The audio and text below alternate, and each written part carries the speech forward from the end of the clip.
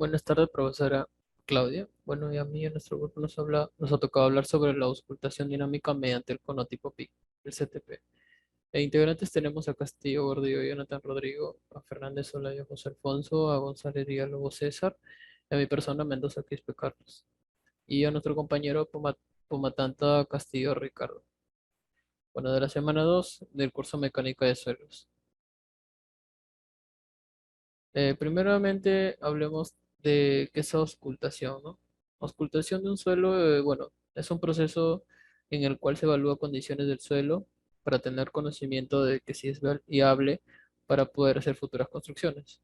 Y bueno, el cono de PIC es un equipo conformado por varios elementos que se utilizan para la obtención de datos de un suelo.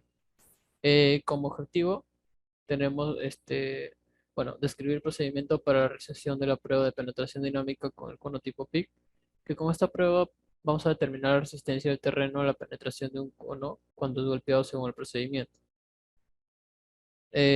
Bueno, en campo de aplicación, la prueba de penetración dinámica está especialmente indicada para suelos granulares. Su utilización permite determinar la resistencia a la penetración dinámica de un terreno. Evalúa la compacidad de un suelo granular cuando el suelo contenga partículas de grava que obstaculicen la penetración del cono en el terreno. El resultado de la prueba puede no ser representativo. Investigar la homogeneidad o anomalías de una capa del suelo. Comprobar la situación en profundidad de una capa del suelo cuya existencia se conoce. Los símbolos y las abreviaturas que tenemos es el CTP, que es la prueba de penetración dinámica de cono tipo PIC, que es CTP. El CN es el número de golpes necesarios para una penetración del cono en el terreno de 15 centímetros de profundidad. Y R, la notación a incluir cuando el número de golpes requerido para una penetración de 15 centímetros es superior a 100 golpes. ¿Qué significa rechazo? Bueno, ahora le paso con mi compañero. Ahora voy a hablarles sobre los aparatos y materiales necesarios en la auscultación dinámica mediante el cono tipo PEC o también abreviado CTP. Primeramente tenemos al cono tipo PEC, que es una pieza de hierro fundido en forma de cilindro que termina en una forma de cono con un ángulo de 60 grados, como podemos ver aquí en la imagen. También tenemos a las varillas de perforación, las cuales se encargan de transmitir la energía del golpe desde la cabeza del varillaje hasta el cono. Cabe resaltar que para la auscultación mediante el cono tipo PEC se debe usar el varillaje tipo AW, como lo vemos aquí en las imágenes. También tenemos dos piezas fundamentales que vendría a ser el martillo y el yunque, que primeramente el martillo, según la norma, su masa tiene que ser de 63,5 kilogramos más menos 1 kilogramo de masa. El yunque o cabeza de impacto, el cual, como su nombre lo dice, va a recibir el impacto y va a quedar unido a la parte superior del varillaje. También tenemos al sistema de caída del martillo, que en este caso vendría a ser el trípode, el cual va a soportar todo el sistema. Y también acá tenemos al malacate, que va a permitir levantar el martillo hasta la parte superior del trípode, para que sea lanzado siempre desde la misma altura. Acá podemos ver la pieza del malacate. También tenemos una visión general de lo que vendría a ser todo el sistema. Tenemos al martillo, el trípode, el yunque, las varillas de perforación, el cono. También tenemos a la barra guía, el cual se va a encargar de guiar el martillo durante toda la caída. Finalmente tenemos al equipo accesorio, que vendría a ser un equipo aparte fuera del sistema, los cuales son las etiquetas, contenedores, hojas de datos, etcétera. Esto también dependiendo de los requisitos del proyecto. A continuación le doy pase a mi compañero. De procedimientos operacionales.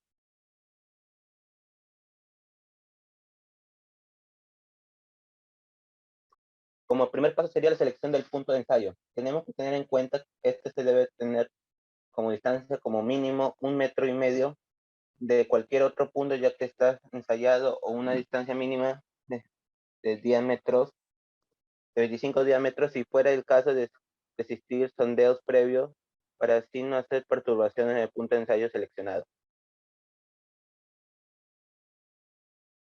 Como segundo paso sería el emplazamiento y conexiones.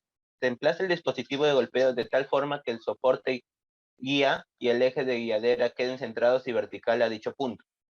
El cono ya acoplado a un extremo del primer tramo de varillaje se sitúa sobre el punto elegido a través del soporte guía, conectando posteriormente el otro extremo de varillaje al dispositivo de golpeo.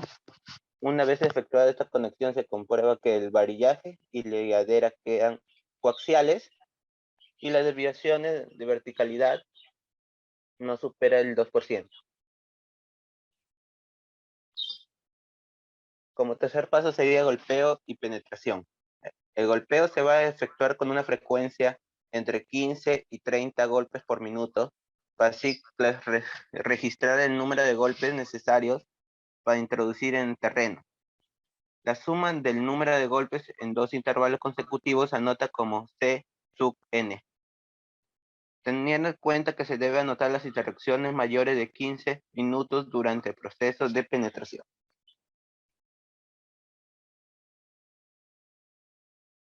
Y como último paso sería la finalización de la prueba, que tiene de tener en cuenta las tres condiciones.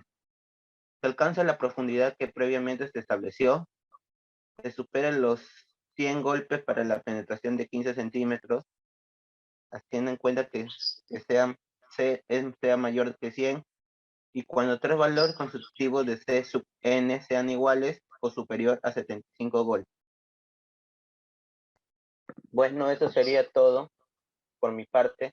Doy paso a mi compañero. Continuando con la exposición, en el último punto tenemos representación de resultados. Lo siguiente, de cada prueba realizada con arreglo a este anexo, se presenta un gráfico número 60 versus profundidad y se indica lo siguiente. Número 1, fecha y hora de la prueba. Número 2, excentricidad y deflexiones del varillaje si las hubiere. Número 3, interrupciones superiores a 15 minutos, pérdida de verticalidad superiores al 5%, penetraciones sin golpeo, obstrucciones temporales, etc. Un gráfico de referencia. Y como conclusión final tenemos que la prueba de auscultación con el cono de PEG permite investigar rápidamente los depósitos de suelo en una capa relativamente uniforme.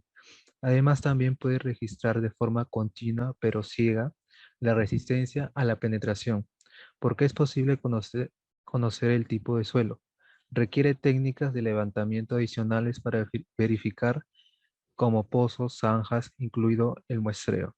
Sin embargo, eh, debe tenerse en cuenta que la auscultación del cono de PEG no es eficaz si se realiza en una perforación que no ha sido probada con el SPT. Adicionalmente, debe indicarse que la auscultación con el cono de PEG no debe usarse en ningún tipo de suelo gravoso, a menos que se quiera verificar una profundidad o potencia. Con base en el contenido del párrafo anterior, se puede concluir que existe una necesidad urgente de un estándar que soporte la auscultación del cono de PEG para proponer un método de aplicación correcto y obtener resultados confiables. Gracias.